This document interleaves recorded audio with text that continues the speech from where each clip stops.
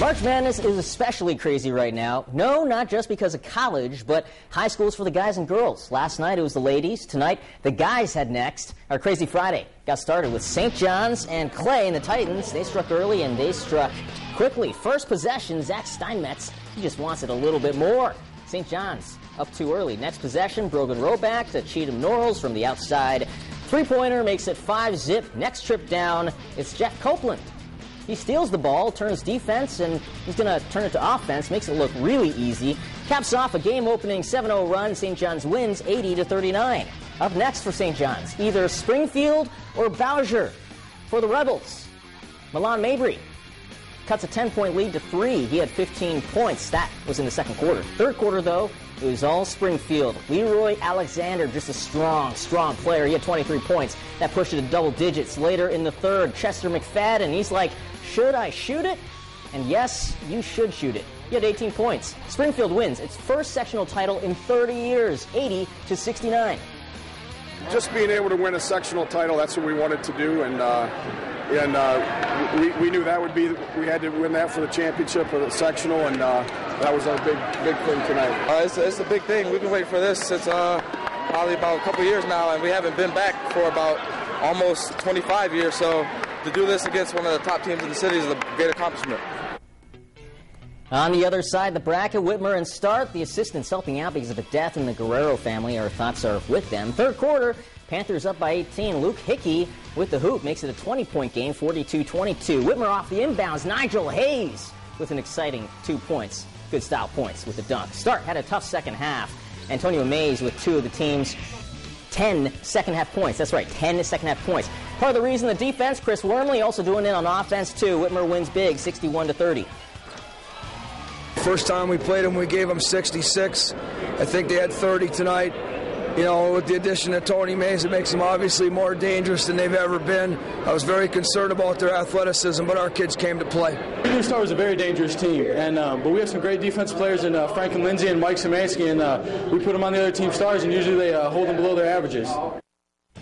So Whitmer gets either Southview or Central. Fourth quarter, Irish up by 16. Jim Welling's troops doing pretty well. Drew Lehman, he did pretty well too. 27 points. Spin move through the defense and won. 19-point lead. Cougars, though, not going away. Alan Gant, good football player, also a pretty good basketball player, but they're still down 17. Central just too much tonight in the tank. Jay Marquette the hoop, and they win by 22, 66-44.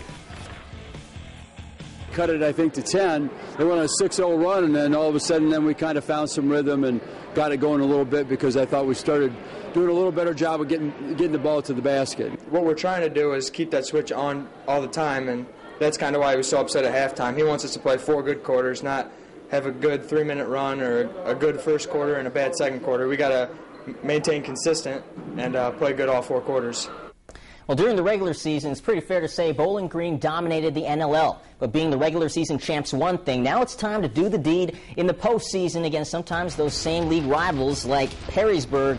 Late in the game, 20 seconds left, Perrysburg up by 2, and they're called for traveling, so the ball goes to BG, and off the inbounds, Vito Brown, good pizza, also a good hoop, ties the game with 10 seconds left, setting up this. Get ready for 3, 2, 1. Kevin Shank, he's going to play the role of hero. Buzzer beater, and Perrysburg upsets Bowling Green 46-43.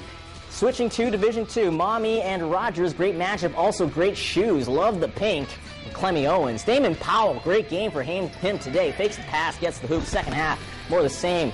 Mr. Owens, the one with the pink shoes for 3. He had 20 after 3 quarters. Then some showtime. Check this out. Mr. Powell rising up to the challenge. Rogers rolls 73-54. Another NLL City League matchup with Rossford against Scott. A battle of Bulldogs. And it was a battle of Bulldogs for the offensive rebound off the miss, off the three-pointer. Montrese Crosby getting down and dirty, wins that battle. Scott up 26-14. Rossford tried their best to stick around, but Scott was just too much, especially D'Antonio Kennard. He had 21, beats the halftime buzzer there. Scott wins 72-39.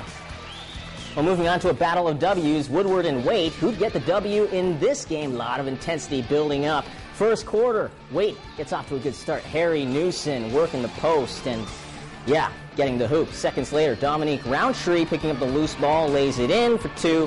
Polar Bears heating up, though. Late in the first quarter, Briante Smith beats the buzzer with that, makes it 13-9. Second quarter, Delano McCabe, he gives Woodward the 16-15 lead, but Waite wins 53-45.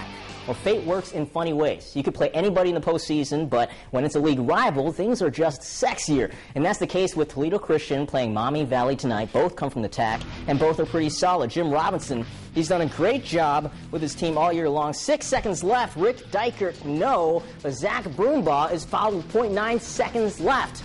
Chance to win it, but he misses. So we go to overtime. Maumee Valley, they would be up by 2, 20 seconds left in the extra period. David Westmeyer gets to go for TC, so to double overtime we go, where TC's up by 4, under a minute to go. Nick Reitenauer to Westmeyer, and TC hangs on to win in double overtime, 54-51. Another all-TAC matchup featured Ottawa Hills and Cardinals Stritch over at Rossford. O-Hills up by 1. Ian Tricky with a not-so-tricky floater, but that was nice. Later on, Cardinals Stritch trying to keep it close. Who's the man or who's the guy? Matt Guy with the drive, the hoop, and the foul for 2, but those would be their only points for the team in the third. Ottawa Hills blowing it open, and they win by 20, 50-30. Walleye lose 4-3. They're still 3 points out of a playoff spot, and that's your Hardcore Sports. We'll be right back.